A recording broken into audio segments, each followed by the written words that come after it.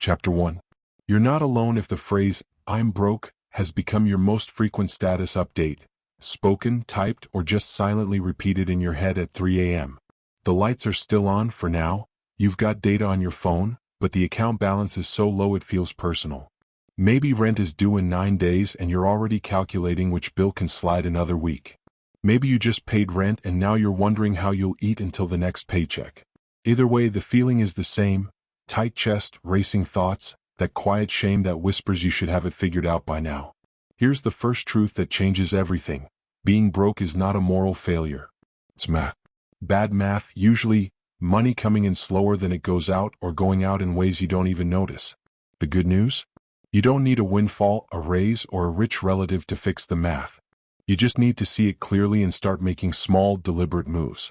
That's what this chapter is for, the very beginning. No complicated spreadsheets, no judgment, no pretending everything is fine. Just you, a pen, and the decision to stop running on empty. Let's meet Jamal.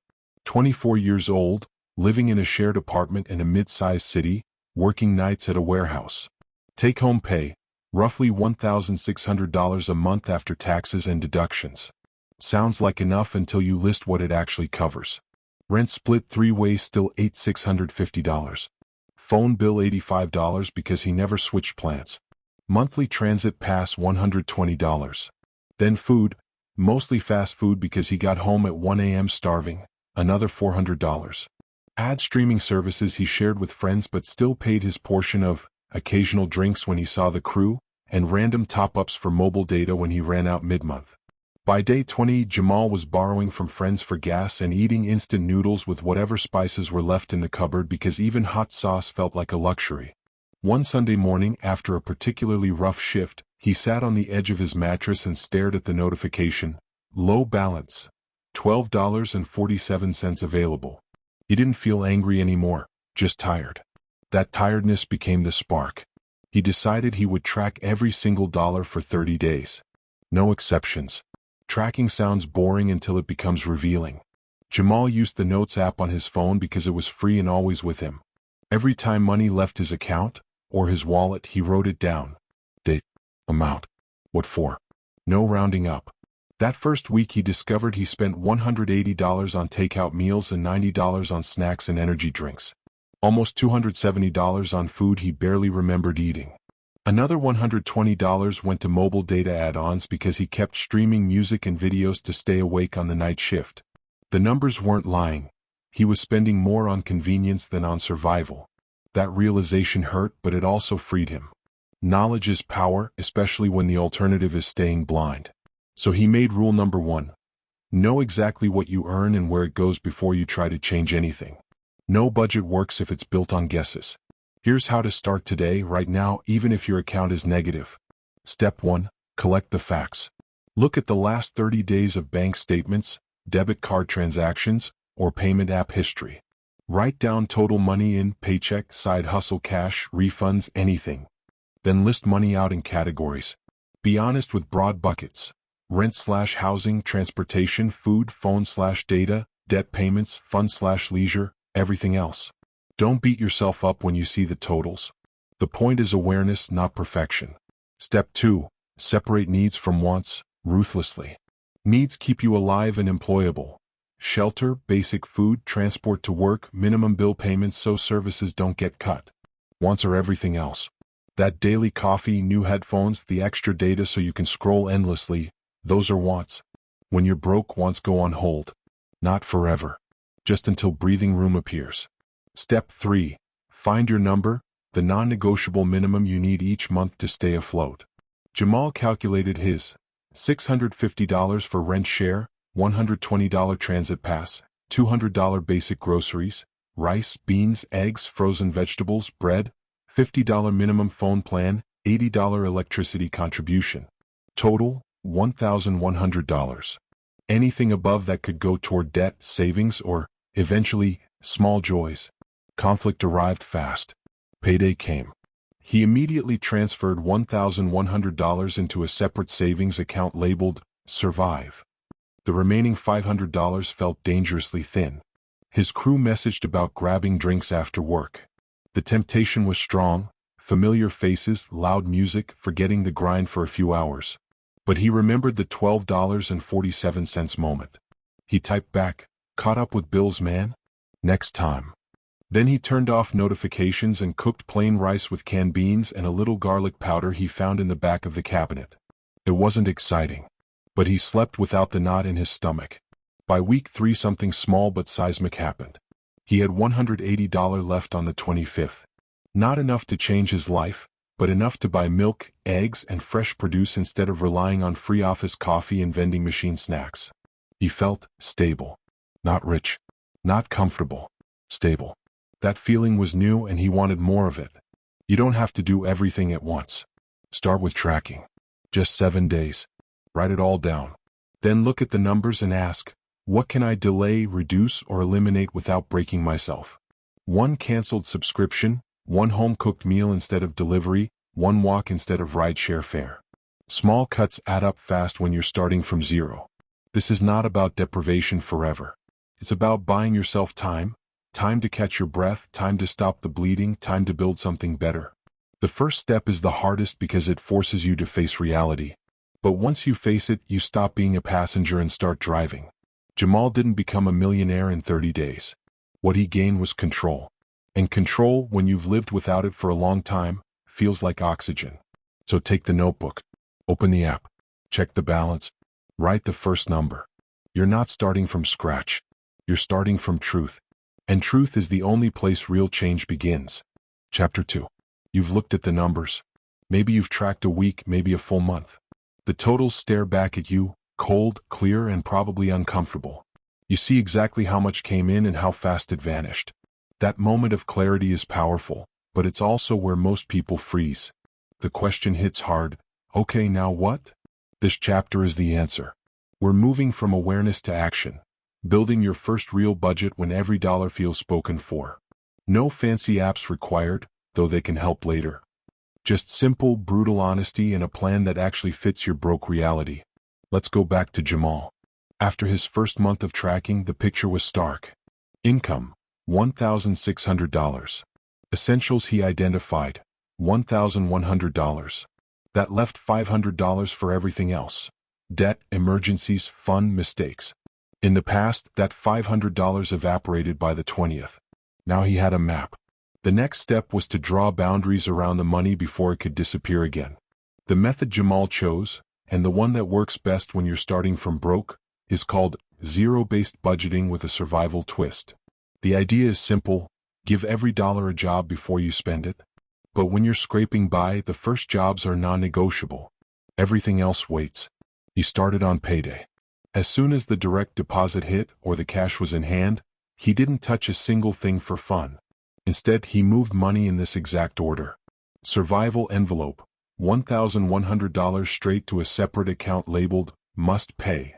This covered rent share, $650, transit pass, $120, bare minimum groceries, $200, phone minimum, $50, and power contribution, $80. Once that money was moved, he mentally locked it away. No dipping, no matter how tempting. Debt minimums, he had $120 in minimum credit card and student loan payments. He paid those next. Late fees were killing him faster than interest, so stopping the bleeding came before anything else. Tiny buffer, whatever remained after survival and minimum debt, about $380 that first month, he split. $100 went into a true emergency fund, even if it started at zero, and the rest became controlled spending money for the month.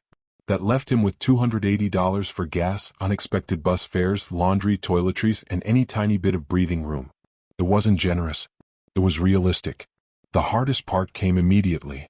Payday Saturday rolled around and his phone lit up with group texts. Wings and beer tonight, $10 cover. Old habit screamed yes. New reality said no.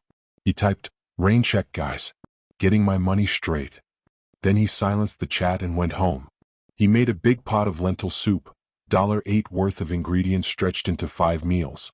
It tasted like discipline. Week 1 tested him again. His sneakers had a hole, water was getting in. New pair? $60 minimum. He couldn't afford it. Instead, he duct taped the inside, wore thicker socks, and walked carefully. It wasn't cute, but it kept him mobile for work. That small sacrifice bought him time. By week 2, something interesting happened. Because he'd pre-assigned every dollar, he stopped wondering where the money went. He knew.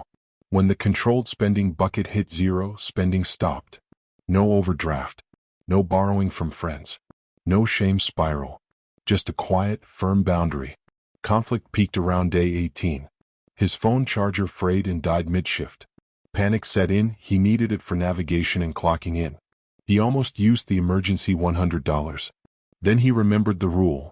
Emergency means catastrophe, not inconvenience. He borrowed a charger from a coworker for the night, ordered a $9 replacement online using the controlled spending money, and waited 2 days. It arrived. Crisis averted without touching the buffer. That small win built momentum. By the end of the month, he had $100 still sitting in the emergency fund, his first real safety net. No late fees for the first time in a year. $40 left in controlled spending that he used to buy a $5 coffee and a $35 secondhand winter coat from a thrift shop. Something warm that actually fit. He didn't feel rich. He felt something better, in charge. Here's how you can do the same, step by step, even if your numbers look different. On payday, or as soon as money arrives, list your exact income. Subtract your true survival number first. The bare minimum to keep housing, utilities, transport, food, and communication active. Move that amount immediately to a separate account, envelope, or even a locked box if you're cash-based. Pay minimum debt payments next. Prioritize anything with late fees or shut-off risk. Assign the rest deliberately. Small emergency savings first, even $20 counts. Then controlled cash for variable needs, gas, hygiene, small repairs. When that bucket is empty, spending pauses. Track daily. A simple note, $8 groceries, $3 laundry. Keeps you honest. This isn't comfortable at first. You'll miss conveniences. You'll say no to invites. You might feel left out. But every time you choose the plan over the impulse, you're buying freedom.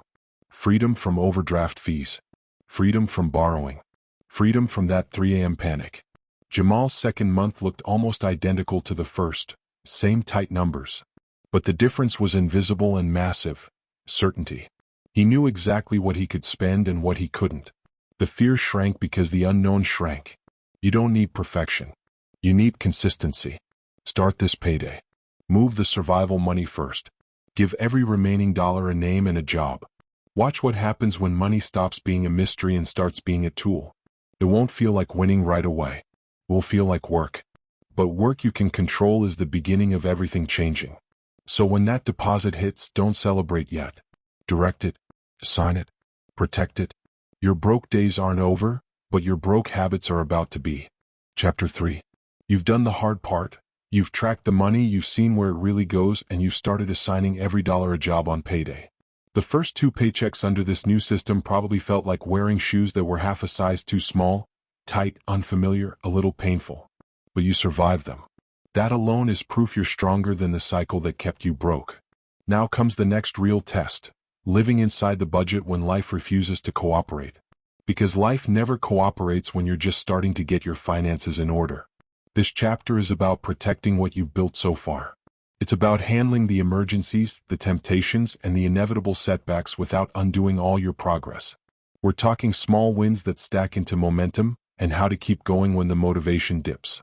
Jamal was 3 months into his zero-based survival budget. The emergency fund had crawled from $0 to $280. Slow, unglamorous growth, but real. He'd gone 30 days without a single overdraft fee. He felt cautious optimism for the first time in years. Then the car broke down. Not dramatically, no smoking engine or dramatic roadside failure. Just a grinding noise from the brakes that got louder every commute. The mechanic quoted $420 to replace pads, rotors, and fix a leaking caliper. Jamal's stomach dropped. His entire emergency fund was only $280. The rest of the month's controlled spending was already spoken for. $80 gas, $40 laundry and toiletries, $30 for a birthday card and small gift for his niece. No wiggle room. This was the moment most people crack. The voice in his head was loud. Use the emergency money, it's literally for emergencies. But he defined emergency clearly in month 1. Life-threatening or income-threatening events only. A car repair that made commuting painful but still possible didn't qualify. Yet, If the brakes failed completely, he'd lose his job. That would qualify. He had a choice: panic and raid the fund, or problem solve within the rules he'd set. He chose the second. First, he called his boss and asked to borrow the warehouse van for 2 morning shifts a week, enough to get to work while he figured it out. Boss said yes, no questions asked. That bought time. Next, he posted in a local buy-nothing group: "Need brake work done. Can pay $280 cash now, rest in 2 weeks when I get paid." A retired mechanic responded.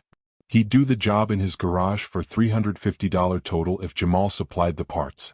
Jamal found the parts online for $210 with free shipping. He paid the parts with controlled spending money he'd stretched by skipping takeout for 2 weeks straight. The mechanic agreed to take $140 now and $140 on the next paycheck. 2 weeks later, the car was fixed, brakes quiet, and the emergency fund stayed untouched at $280. That single decision, to negotiate, to ask for help, to delay instead of default, saved him from resetting to zero. It also taught him something crucial: your budget isn't a prison. It's a framework. When life throws a curveball, you don't abandon the framework, you adjust inside it. Here's how to handle the inevitable disruptions when you're still broke. Define your true emergencies. Write it down: job loss, medical crisis, major appliance failure that stops daily life. Car repairs that don't immediately strand you? Not yet. Unexpected $50 vet bill for your dog? Painful, but not emergency unless it's life or death. Clarity here protects your buffer. Build the smallest possible buffer first. Aim for $500 to $1,000 before anything else. Every extra dollar after survival and minimums goes there until you hit that number. Once you have it, celebrate quietly, then keep adding until you reach 1 month's survival expenses. Create mini sinking funds for predictable pain. Jamal started putting $25 per paycheck into a car maintenance category. It wasn't much, but after 6 months it would cover oil changes or tires without drama. Learn to say, "Not this month," without apology. Invites will come. Birthdays, concerts, group trips. The answer can be honest and kind: "I'm working on my money right now, can we do something low-key instead?" Real friends will understand. The ones who don't weren't helping anyway. When temptation hits, pause and name it. Jamal kept a note in his phone: "What am I really buying when I spend this?" A $12 burger wasn't food, it was escape from exhaustion. Naming it made it easier to choose soup at home instead. By month 4, Jamal faced another test. His phone screen cracked. Replacement cost $180. He didn't have it.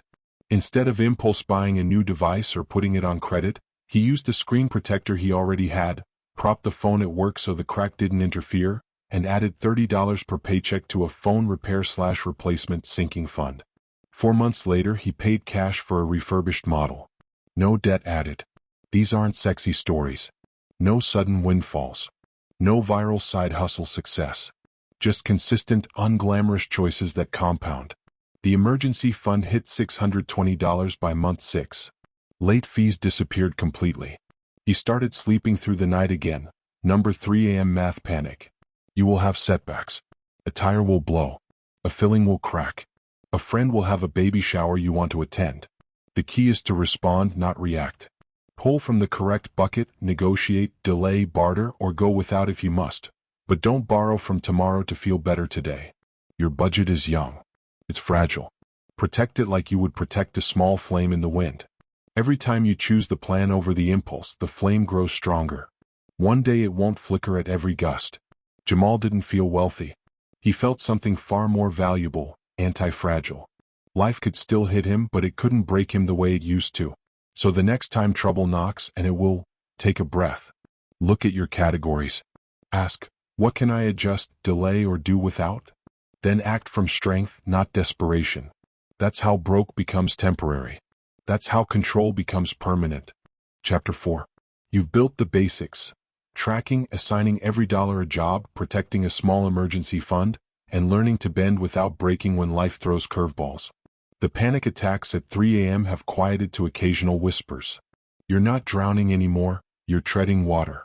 Now comes the shift that separates surviving from actually moving forward. Finding and creating extra money without waiting for a miracle paycheck or lottery ticket. This chapter is about squeezing more out of what you already have and gently opening new, small streams of income. We're not talking six-figure side hustles or quitting your job to follow your passion. We're talking realistic, low-barrier ways to add $50, $100, $200 a month. Enough to accelerate your emergency fund, pay down debt faster, or finally buy something that isn't a necessity.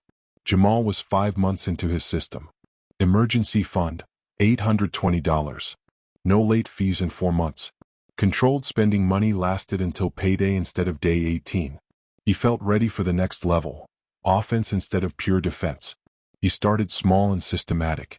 First, he attacked the leaks he'd missed in initial tracking. He audited subscriptions again. Found a $9.99 streaming service he hadn't opened in 6 months. Cancel. Another $14.99 gym membership he'd used twice since signing up. Cancel. That freed $25 a month immediately, $300 a year. Tiny but automatic. Next, he looked at recurring expenses with fresh eyes. Phone plan, still $85. He called the carrier, explained he was on a tight budget and asked for options. They dropped him to a $50 plan with the same data he actually used. Savings, $35 monthly. Electricity, he started unplugging and used devices and switched to LED bulbs he bought in bulk for $12. Bill dropped $18 a month. Groceries, he switched to one big shopping trip every 2 weeks, stuck to a strict list and bought store-brand everything. Food spending fell from $200 bare minimum to $170. Total monthly savings from optimizations, $108. That $108 now went straight to debt. Then came the income side, realistic, no fantasy additions. Jamal started with what he already had. A driver's license, a car that now ran reliably, and warehouse experience. On weekends he signed up for delivery apps. Not full-time, just Friday and Saturday evenings when tips were highest. He averaged $90 to $120 those 2 nights after gas. He treated it like overtime, 4 hours max, then home. That added $200 to $240 a month. He also sold things he didn't need. Old gaming console he hadn't touched in 2 years, $140. Winter coat he'd outgrown, $35. Random tools from a past DIY phase, $60. Total one-time boost, $235, which he split, $150 to debt, $85 to emergency fund. His favorite small win, overtime at work. He asked his supervisor if extra shifts were available. 2 extra nights a month added $180 after taxes. Low effort, no new skill required, reliable pay. By month 7 his numbers looked like this. Monthly savings from cuts and optimizations, $108 extra income from delivery plus overtime, $380 average one-time sales, $235 used once, total new power, $488 recurring plus one-time boost. He didn't spend any of it on lifestyle creep. Instead, $200 went to aggressive debt payoff. Credit card balance dropped from $3,200 to $2,400 in 3 months.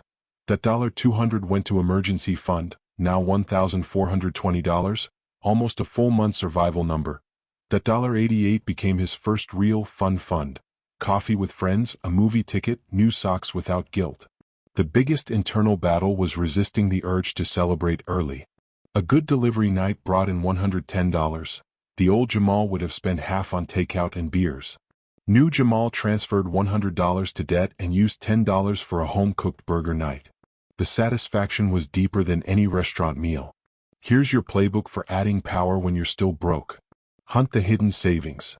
Audit subscriptions, call every bill provider and ask for loyalty discounts or lower tiers, switch to cheaper generics, reduce utility waste. Aim for $50 to $150 per month in pure savings. Monetize what you already own. Sell unused clothes, electronics, furniture, books. Use local apps, groups, or consignment. Even $100 to $300 one-time can jumpstart debt or savings. Add low-barrier income, delivery, rideshare if you have a car, task apps, pet sitting, plasma donation. In some areas pays $50 to $100 per visit. Overtime if available, weekend handyman gigs. Start with 4 to 8 hours a week max. Burnout kills progress. Direct the extra ruthlessly, 50% to debt, especially high interest, 40% to emergency fund, 10% to a small guilt-free category. No lifestyle inflation until the emergency fund hits 3 months survival. Track the wins, Keep a running total of found money. Seeing $50 here, $120 there, $80 there builds belief faster than any motivational quote. Jamal's debt wasn't gone. His income wasn't suddenly high.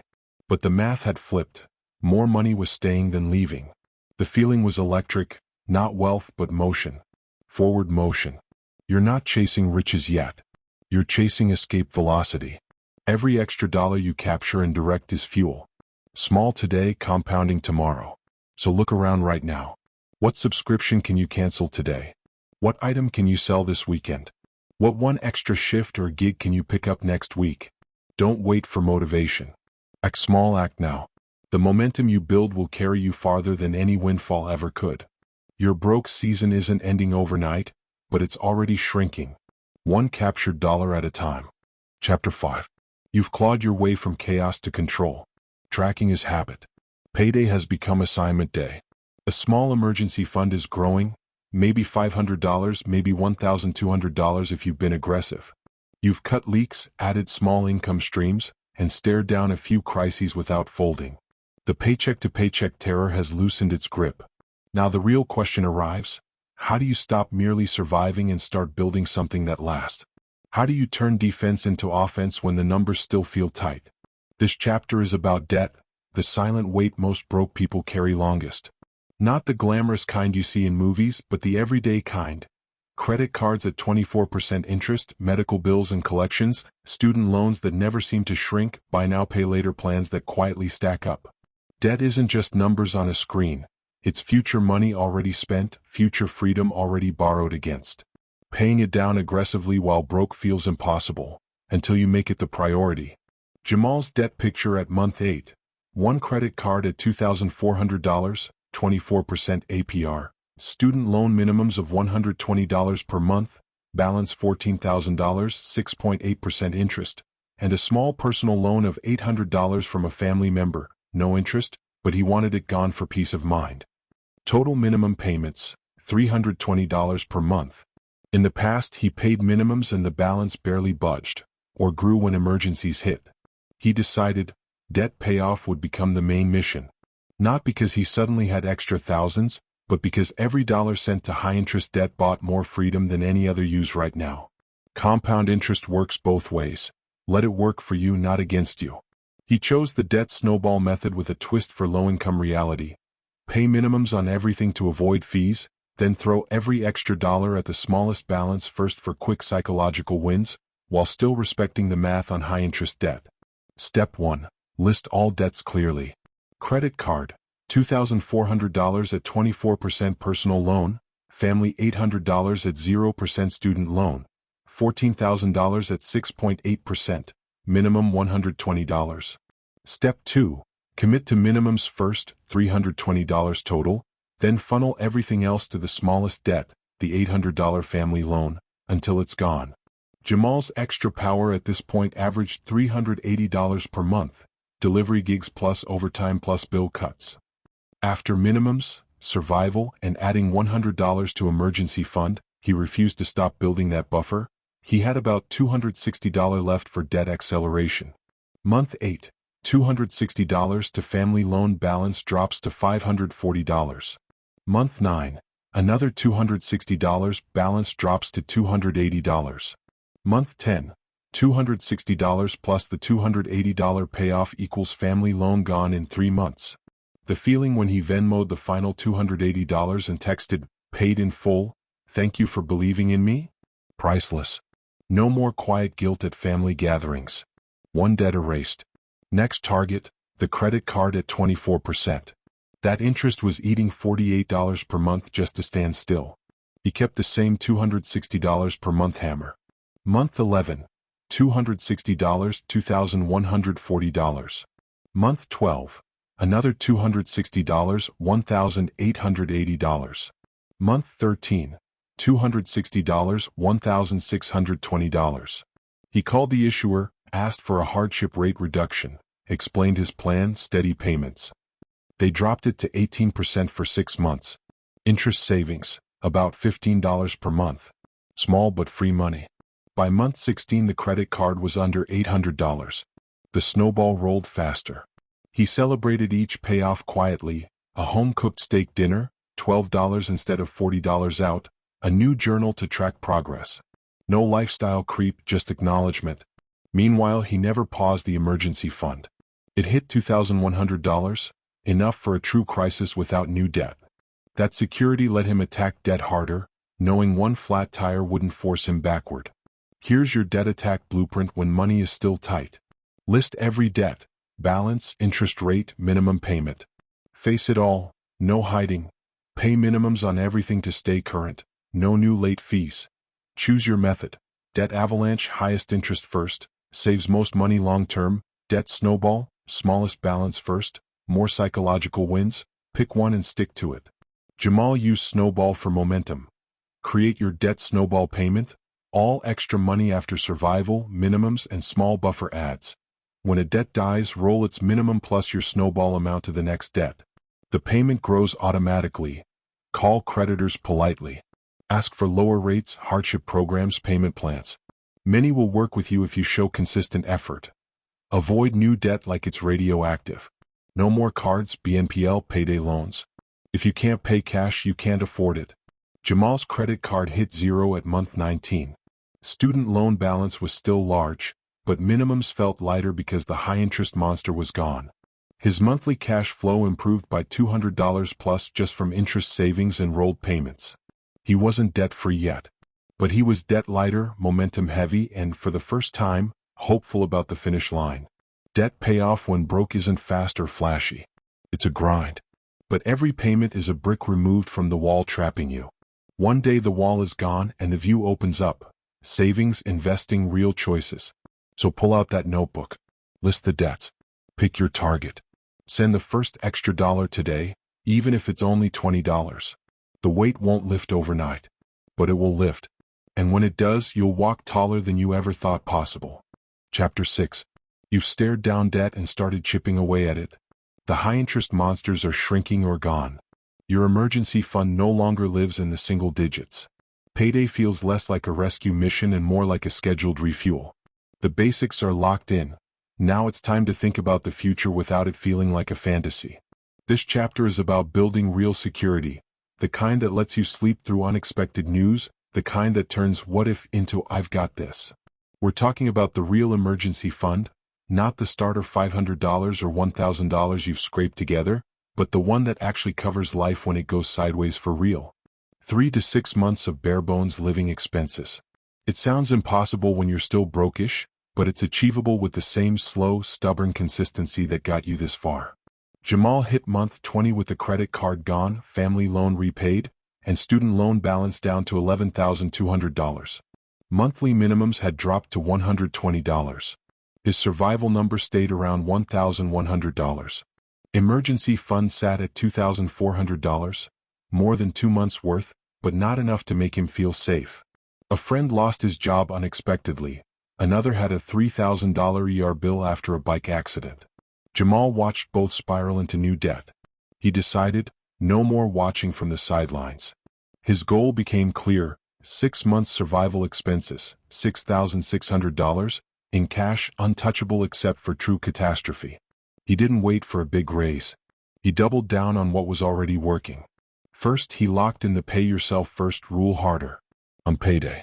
Survival, $1,100, immediate transfer to bills account minimum debt, $120, auto-paid emergency fund, $300 minimum, up from $100, debt snowballed $200, student loan extra, controlled spending whatever remained, $180 to $280 depending on gig income. That $300 per month to emergency became non-negotiable. He treated it like rent. Late wasn't an option. Some months he stretched gig hours to hit $350 or $400. Others he scraped by on the minimum. Consistency over perfection. He also created rules to protect the fund. Only for job loss, major medical after insurance, or home/car repairs that stop daily function, not cosmetic, not preventable. That if he touched it, he had to replace it double speed. No exceptions. No borrowing for vacations, gifts, or upgrades. Ever. The first real test came at month 23. His apartment building had a pipe burst. Landlord covered repairs, but tenants had to move out for 5 days. Hotel. Friend's couch?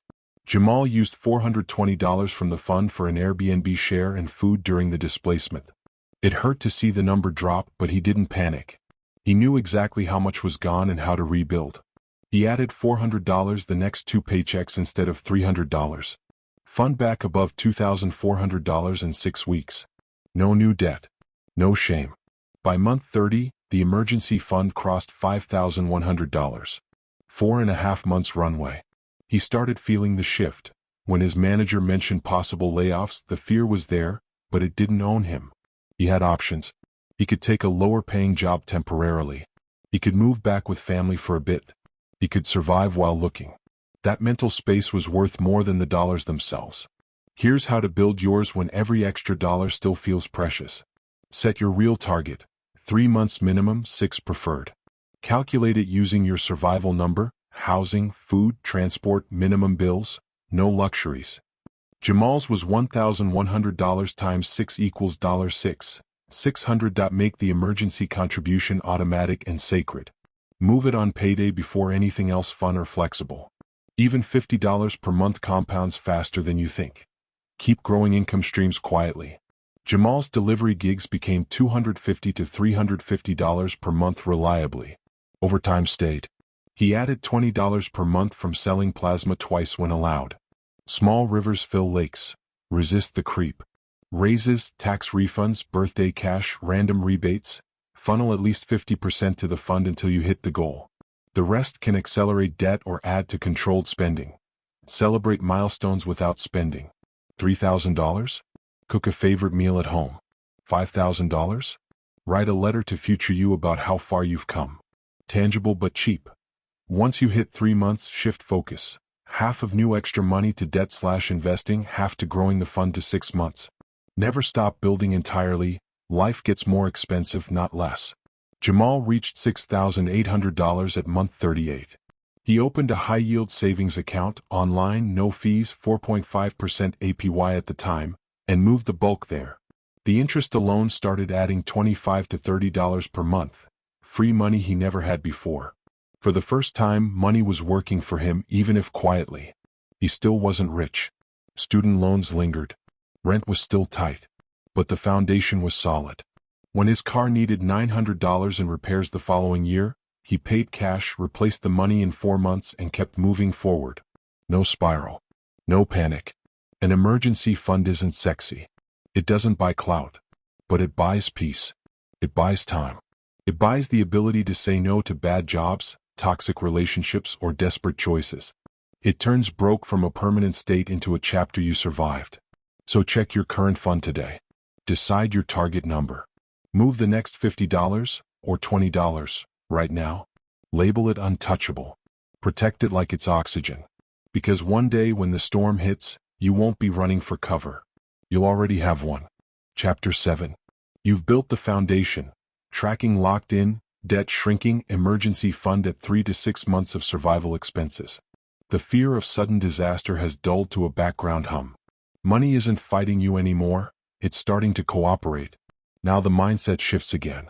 You're no longer just avoiding the cliff, you're looking for the path up the mountain.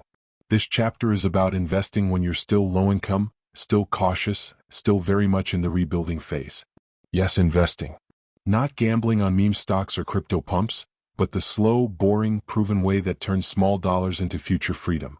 The biggest lie people tell themselves when broke is, I'll start investing when I have more money. The truth is the opposite. The earlier you start, even with $25 a month, the more time works in your favor. Compound interest isn't magic, it's math. And math doesn't care if you're starting from $50 or $50,000. It only cares about time and consistency. Jamal reached month 42. Emergency fund, $7,200, 6+ months. Credit card and family loan, 0. Student loan balance, $9,800 after aggressive extra payments. Monthly surplus after survival, minimum debt, and emergency ads, $380 to $480 depending on gigs. He felt ready for the next leap, investing for the long game. He didn't jump into day trading or risky ventures. He started with the simplest, lowest risk path available to most people. a low-cost index fund inside a tax-advantaged account. In his case, a Roth IRA, since his income qualified, with a brokerage that allowed fractional shares and no minimums. He chose a total stock market index fund, broad exposure to thousands of U.S. companies, expense ratio under 0.04%. His first investment, $50. That was it. He set up automatic transfers of $100 per paycheck, every 2 weeks, so $200 per month total. Some months he could only do $150 if gig income dipped. He never skipped. When a good delivery weekend hit, he'd add an extra $50 or $100. No big windfalls required, just steady drips. The first year felt invisible. The market went up, went down, went sideways. His balance grew to $2,600 by year's end, mostly from contributions plus modest gains. He checked it once a month, never more. Checking daily would have driven him crazy. Monthly kept it boring and sustainable. He added 2 rules to keep emotions out. Invest only money he wouldn't need for at least 10 years. Retirement horizon, age 65. He was 24. Time was his biggest asset. Never sell during dips. When headlines screamed recession, he kept buying. The market always recovered eventually, history showed it. Conflict arrived in year 2. A stock market correction dropped his balance 18% in 3 months, from $4,100 to $3,400. The old Jamal would have panicked and pulled out. New Jamal reminded himself, he wasn't selling groceries or rent money. This was future money. He kept the auto invest running. By year 3, the market recovered, and his balance hit $6,900, surpassing the low point by a wide margin. He also started a taxable brokerage account once the Roth IRA hit the annual contribution limit. Same strategy, same low-cost index fund. Another $50 to $75 per month when he could. No day trading, no individual stocks, no trying to beat the market. Just own the whole market and let it grow. By year 5, month 102, his invested assets looked like this. Roth IRA, $14,800, contributions $9,200 plus growth, taxable brokerage, $4,200 total invested, $19,000 average monthly contribution, $225 annual return average, 9% historical norm not guaranteed. That $19,000 wasn't life-changing yet, but it was working 24/7 even while he slept. The student loan interest was 6.8%. His investments averaged higher. Mathematically, he was already ahead by continuing to invest instead of paying the loan off ultra-fast. Here's your beginner investing roadmap when money is still tight. Secure the foundation first. Emergency fund at 3 months minimum, high-interest debt gone or under control. Open the right account, Roth IRA if eligible, tax-free growth, or traditional brokerage with no minimum/fractional shares. Choose boring investments. Total stock market index fund or S&P 500 index fund. Low fees, broad diversification. Start tiny and automate. $25, $50, $100, whatever you can commit to monthly without pain. Set it and forget it. Increase slowly, every raise, side gig boost, or bill cut adds to the auto transfer. Ignore the noise. Don't check daily. Don't chase hot trends. Don't panic sell. Time in the market beats timing the market. Keep perspective. This isn't get rich quick. It's get free slowly. A $200 per month investment at 8% average return grows to $150,000 in 30 years. Start at 25, retire at 55 with over $500,000 possible. Math doesn't lie. Jamal still lived modestly. No fancy car, no expensive vacations. But he had something new, options. If a better job appeared across the country, he could move without fear. If he wanted to take a pay cut for meaningful work, he could. If illness hit, he had more runway. Investing when broke isn't about becoming a millionaire tomorrow. It's about refusing to stay broke forever. Every dollar you invest is a vote for your future self. So open that account today, even if you transfer just $25 to start. Set the auto deposit. Name it Future Freedom. Watch it grow slow and steady. One day you'll look back and realize the broke version of you didn't just survive. You built an escape hatch. Chapter 8. You've come far. Tracking is second nature. Debt is shrinking or gone. An emergency fund sits solid at 6 months or more. Small, steady investments are quietly compounding in the background. The broke version of you feels like a distant memory, someone you used to be, not who you are now. But here's the quiet truth. Without intention, progress can stall. Comfort can become a new kind of trap. Lifestyle inflation sneaks in, old habits whisper, and suddenly you're back to living paycheck to paycheck, just with nicer shoes. This chapter is about staying the course, protecting your gains, building habits that last a lifetime, and shifting from getting out of broke to staying out of broke. It's maintenance mode, but not boring maintenance. It's the difference between a house that stands for decades and one that crumbles after the first storm. Jamal hit year 5. Age 29 now. Emergency fund, $8,900 in high-yield savings. Investments, $28,000 across Roth IRA and taxable accounts. Student loans, $4,200 remaining after relentless extra payments. Monthly surplus, $620 to $780 on average, thanks to consistent overtime, delivery shifts he'd kept as habit, and a small raise at the warehouse, $2 per hour more after 5 years. He could have upgraded his apartment, bought a newer car, started eating out more. Instead, he chose deliberate restraint. He created what he called his freedom rules, non-negotiable guidelines to keep momentum alive even as income grew. Rule 1. Never increase lifestyle faster than net worth grows. For every $100 extra in monthly take-home, he allocated 50% to accelerating goals, more debt payoff, more investing, 30% to emergency/investment buffer, and only 20% to enjoy now. That meant when his raise added $320 per month, only $64 went to nicer things. The rest built future freedom. Rule 2. Annual net worth review, not monthly splurges. Every January, Jamal calculated total net worth, savings plus investments plus car value minus remaining debt. The first time he crossed $40,000, he allowed himself one meaningful reward, a weekend trip to a nearby national park with friends, budgeted at $280 total.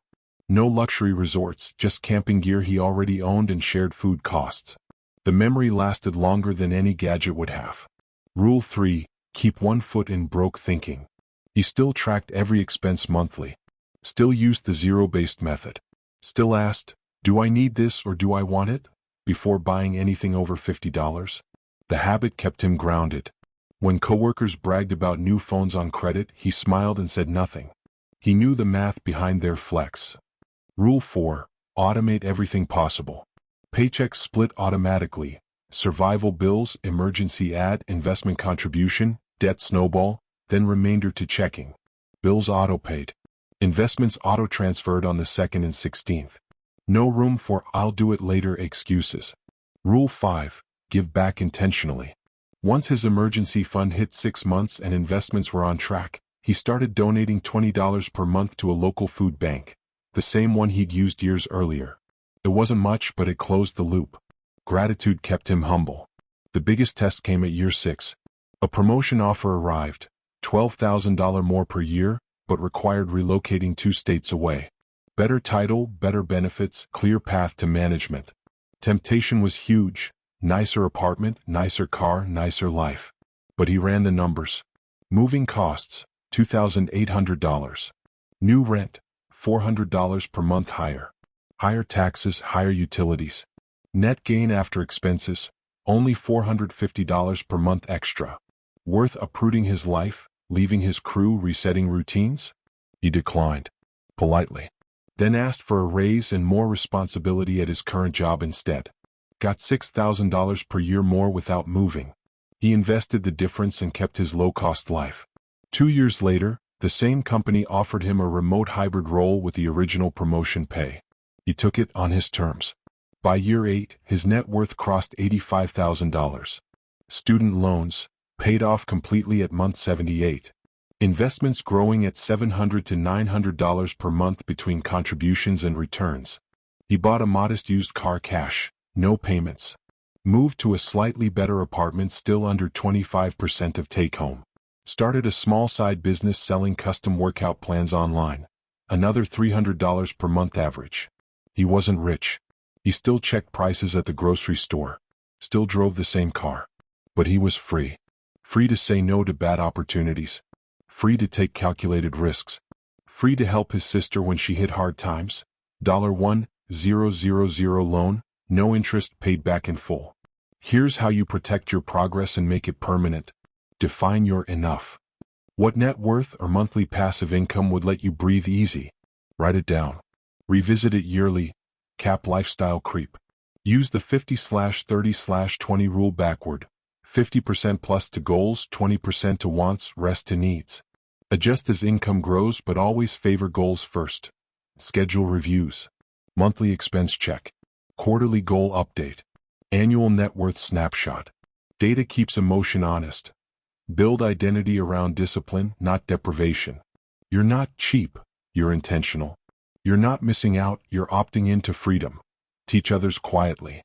When friends ask how you afford things without stress, share one small tip. Plant seeds. Jamal no longer feared broke. Broke was a season he survived and outgrew. The habits he built in the hardest years became the foundation of every year after. You're not just budgeting anymore. You're architecting a life. So look at your numbers today. Set one new rule. Automate one more transfer. Choose restraint once, then again, then forever. The broke days are behind you. The free days are ahead. Keep walking. Chapter 9. You've protected your progress, locked in habits that outlast motivation, and watched small, consistent actions turn into real momentum. Debt is mostly history. Your emergency fund feels like armor. Investments are growing without drama. You're no longer just not broke. You're building towards something bigger. This chapter is about the next horizon, income acceleration. Not waiting for a lucky break or corporate ladder, but deliberately increasing what comes in every month so your goals arrive faster and your options multiply. When you're broke, income feels fixed, like a ceiling you can't touch. Once the basics are handled, you realize the ceiling is movable. You don't need to become an overnight entrepreneur or influencer. You need to add layers. Raises, side income, skill upgrades, better paying roles. Small increases compound into massive differences over time. Jamal was 31. Net worth, $112,000. Emergency fund, $11,400. Investments, $42,000. Student loans, paid off 2 years earlier. Monthly surplus, $900 to $1,100. He could coast comfortably now. Same job, same routines, slow but steady growth. Instead, he treated income growth like a second job. First layer, maximize current role.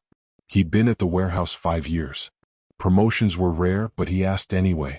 Prepared a one-page list. Ways he'd save the company money, better inventory tracking he implemented, overtime reliability, zero safety incidents. Asked for $4 per hour more. Got $3.50. That was $7,280 extra annually after taxes, $607/month. He invested half, added half to controlled spending, first real breathing room in years. Second layer, skill upgrade for leverage. He noticed the company's logistics software was outdated. He spent evenings on free online courses, Excel Advanced, Basic SQL, Supply Chain Fundamentals. 6 months later he applied internally for a coordinator role. Salary jump, $18,000 per year more. New title, remote options 2 days a week. Commute savings, $120 per month. Total income increase, $1,500/month net. He kept living expenses almost identical, only upgraded his mattress, $420 one time, and started eating better protein sources. Third layer, side income evolution. Delivery gigs had been reliable but capped. He pivoted. Used warehouse experience to offer weekend moving help via local apps and groups. $80, $120 per job, 2 to 3 jobs/month. Then he turned workout plans, hobby from years of night shift boredom, into a small digital product. Built a simple 12-week beginner program, sold it for $27 on a basic site. First month, 8 sales, $216. Year 2, 45 sales/month average, $1,200+. Low effort once created, high margin. Fourth layer, negotiation habit. Every bill, every raise discussion, every freelance quote, he asked. Lowered internet $15 per month. Negotiated credit card APR down again. Asked suppliers for bulk discounts on moving supplies he used for side work. Small wins added $80 to $150 per month. By age 33, his income picture had transformed. Main job, $62,000 per year, up from $38,000. Side moving help, $4,800 per year. Digital product, $14,400 per year. Investments generating $3,500/year in dividends/interest. Total annual, $84,700, more than double his starting point. Expenses, still under $3,200 per month. Surplus, $3,000 plus per month. He maxed Roth IRA contributions, opened a SEP IRA for self-employment income, accelerated house savings, first home down payment goal, $60,000 in 5 years. The internal shift was bigger than the numbers. He stopped seeing money as scarce. It became abundant, not endless but expandable. When a friend asked how he got lucky, Jamal laughed. No luck. Just decisions on repeat. Here's your income acceleration playbook when the foundation is solid. Squeeze your current job first. Document your value. Ask for raises every 12 to 18 months with evidence. Cross-train for higher roles. Switch companies if growth stalls. Job hopping often yields 15 to 30% jumps. Build marketable skills cheaply, free or low-cost platforms. YouTube, Coursera, Khan Academy, edX. Focus on high-demand, remote-friendly skills. Data entry, data analysis, basic coding, digital marketing, graphic design, virtual assistants.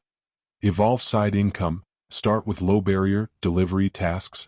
Move to higher-margin services using your expertise, digital products, content. Aim for semi-passive over time. Create once, sell repeatedly. Negotiate everything: bills, salaries, freelance rates, vendor prices. Polite, persistent asks save or earn hundreds monthly. Direct the extra intelligently: 40% investment/retirement, 30% big goals, house, business fund, 20% emergency buffer growth, 10% enjoyment. No full lifestyle inflation.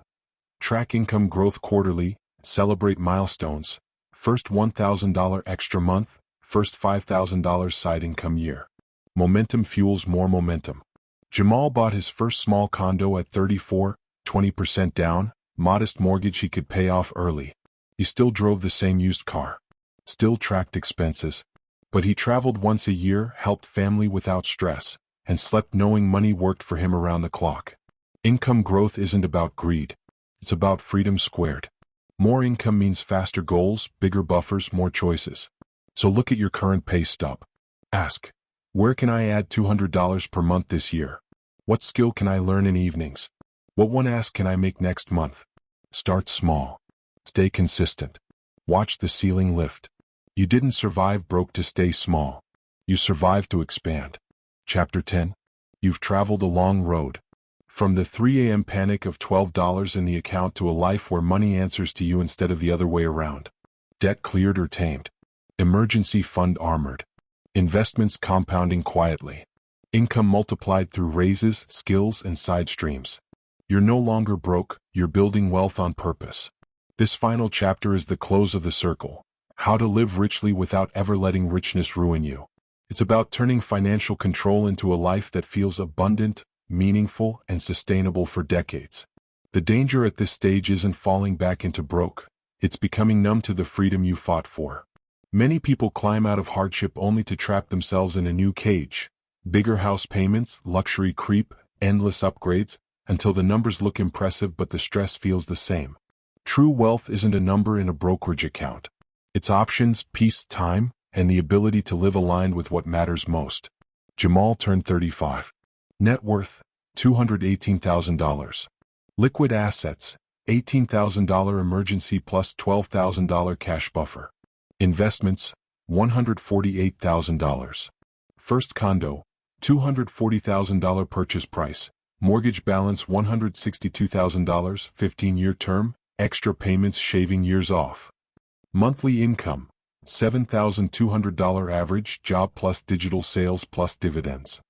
Expenses, $4,100 including mortgage, utilities, food, transport, travel, giving, and fun.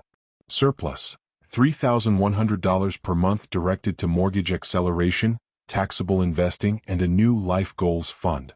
He sat down one January and wrote his wealth definition. not net worth but what wealth actually meant to him. Time sovereignty, able to work because I choose to, not because I have to. No financial fear. Unexpected bills handled without blinking. Generosity without strain. Helping family, community, causes that matter. Experiences over stuff. Travel, learning, relationships, not possessions. Health and presence. Money serving life, not life serving money. With that list as North Star, he made permanent shifts. He negotiated a 4-day workweek with his employer. Same pay, slightly longer days. Gained an extra day for family, rest, and growing the digital business. Revenue from workout plans climbed to $2,200 per month average. He hired a part-time virtual assistant for $400 per month to handle admin, freeing him to create more content. Net gain, $1,000 per month after VA cost. He paid off the condo mortgage at 38, 7 years early. Monthly housing cost dropped from $1,800 to $450, taxes plus insurance plus HOA. That $1,350 per month became instant investable income. He split it, $800 to index funds, $400 to a travel fund, $150 to giving. He traveled intentionally, 2 international trips per year, budgeted at $2,500 each. Southeast Asia 1 year, Europe the next. Stayed in Airbnbs, 8 local walked cities. Memories cost less than luxury hotels and tasted better. He gave regularly, $300 per month to local youth programs, the same ones he wished existed when he was 24, $100 per month to his sister's education fund for her kids, anonymous help for co-workers in tight spots. Giving became a line item, not an afterthought. He kept one broke reminder habit. Every quarter he reviewed his first tracking note from age 24, the one that showed $180 on takeout and $12.47 left. It grounded him. Reminded him gratitude isn't optional. The final test came at 39. Market downturn. Portfolio dropped 22% in 4 months. Old fear flickered. He didn't sell. He increased contributions during the dip, buying low. By 41 the market recovered. His balance crossed $240,000. He smiled not at the number but at the discipline that let him buy when others panicked. Here's how to live richly after escaping broke. Redefine wealth personally. Write yours down. Let it guide every big decision. Lock in time freedom early.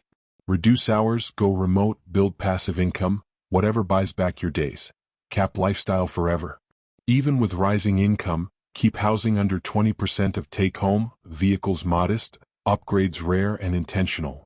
Make giving structural. Budget it like rent. Small consistent generosity compounds joy more than any purchase. Protect against drift. Annual reset weekends. Review goals, gratitude list, old broke numbers. Re-anchor, plan the long game. At 40, Jamal projected, if he kept $2,500 per month invested at 7% real return, he'd have $2.1 million by 65. Enough for $84,000 per year safe withdrawal without touching principal. Freedom, not flash. Jamal didn't become a millionaire celebrity.